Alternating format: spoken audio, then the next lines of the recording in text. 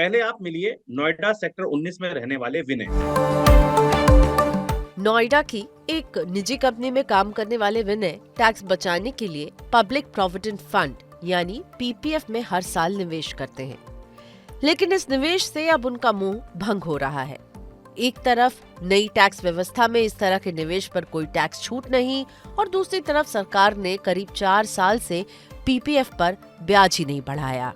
2020 की जून तिमाही के बाद से पीपीएफ पर ब्याज दरों में कोई बदलाव नहीं हुआ है। वहीं बैंकों में एफडी पर ज्यादा ब्याज मिल रहा है और गोल्ड, शेयर, म्यूचुअल फंड में हुए निवेश भी मोटा रिटर्न कमाकर दे रहे हैं। लघु बचत योजनाओं में निवेश से सिर्फ विनय का ही मुंह भंग नहीं हुआ। उनके जैसे सोच रखने वाले लाखों निवेशक हैं जो धीरे धीरे इनमें निवेश से दूरी बनाने लगे हैं।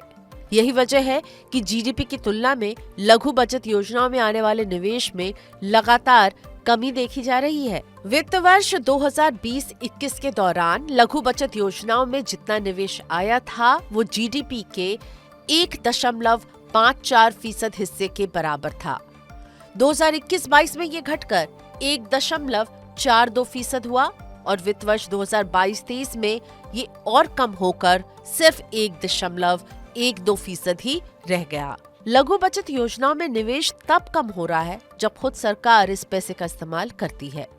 हालांकि लघु बचत योजनाओं में घटते निवेश के बावजूद इन पर मिल रही टैक्स छूट के कारण कई निवेशक कंफ्यूज्ड भी हैं कि इनके साथ बने रहें या निवेश के उन विकल्प की तरफ जाए जहां पर रिटर्न तो अच्छा है लेकिन पैसा निकालने पर भारी टैक्स भी देना पड़ता है।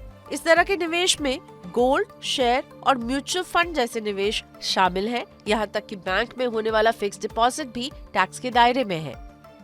विनय जैसे लाखों निवेशक वित्त मंत्री से उम्मीद लगाए हुए हैं कि इस बार के बजट में कुछ ऐसी व्यवस्था करें जिससे बचत करने वालों पर इनकम टैक्स की कम मार पड़े। ऐसा हुआ तो बचत को लेकर प्रोत्साहन तो बढ़ेगा ही, साथ में लघु बचत योजनाओं के जरिए सरकार के पास जमा होने वाली पूंजी में भी बढ़ोतरी होगी। सर, विनय की उम्मीदें या कहिए गारंटी जो उन्हें चाहिए, आपको कितनी पूरी होती दिख रही है इस बजट से? विनय का असमंजस हम समझ सकते हैं। अगर आप विनय के दो चेहरे हो सकते हैं। विनय का एक हाथ फिक्स्ड इनकम सेविंग वाला हो सकता है और दूसरा मार्केट में सेविंग वाला हो सकता है, और दोनों ही जगह दुविधा है। और विनय जैसी दुविधा भारत में तमाम निवेशकों की है। फिक्स्ड इनकम सेविंग्स में अभी अच्छा रिटर्न मिल रहा है, एफडी में या सरकार की बचत योजनाओं में या इवन बॉन्ड्स में अच्छा रिटर्न मिल रहा है। लेकिन सरकार एक तरह से बचत के प्रोत्साहन से अपने आप को पीछे हटा चुकी है और गिव अप कर चुकी है। सरकार ने पिछले 3-4 साल के बजटों में स्पष्ट रूप से इस बात का संकेत दिया है कि टैक्स में कोई रियायत ऐसी नहीं दी जाएगी जो बचतों को प्रोत्साहित करे, बल्कि सरकार कोशिश कर रही है कि टैक्स की दरें कम करके बगैर रियायतों की व्यवस्था लागू की जाए। और इसके लिए इनकम टैक्स की एक नई प्रणाली लागू की गई। लोगों को उसमें प्रेरित, प्रोत्साहित किया जा रहा है कि उसमें शामिल हो जाएं।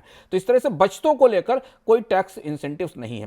भारत में एक पुरानी परंपरा रही, व्यवस्था रही है बजटों की, जिसमें बचत प्रोत्साहन करने के लिए सरकारें टैक्स इंसेंटिव देती थी। पिछली सरकारें भी देती थी, ये सरकार भी अपने कुछ समय तक वो देती रही थी। तो उसका असर हमें बाजार में भारत में बचत पर दिख भी रहा है, क्योंकि जीडीपी के अनुपात में भारत में बचत अब इस समय 50 साल के न्यूनतम स्तर पर दिख रही है, 5.1% पर दिखाई दे रही है। तो अब विनय जैसे तमाम लोग ये इस उम्मीद में है कि उनको टैक्स में अगर कोई रियायत मिलेगी बचत के प्रोत्साहन के लिए, संभावना कम दिखाई देती है। लेकिन चूंकि सरकार के भीतर भी थोड़ा असमंजस है। ऐसा संकेत मिल रहा है कि शायद इस बार जो नई इनकम टैक्स रिजीम है उसमें एनपीएस को शामिल कर दिया जाए, पेंशन को शामिल कर दिया जाए।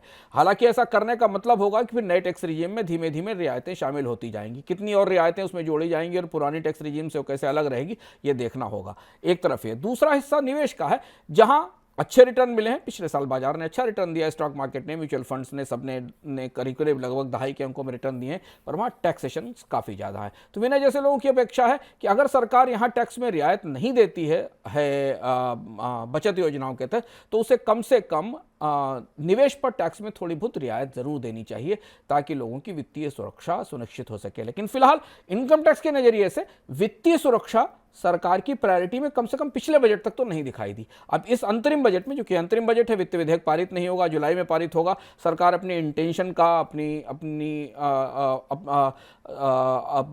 वादों का की घोषणा कर सकती है। तो देखना होगा कि इनकम टैक्स को लेकर सरकार के नजरिए में कोई नया बदलाव आया है या परिस्थितियां वैसे ही चलेंगी जैसी पहले थी।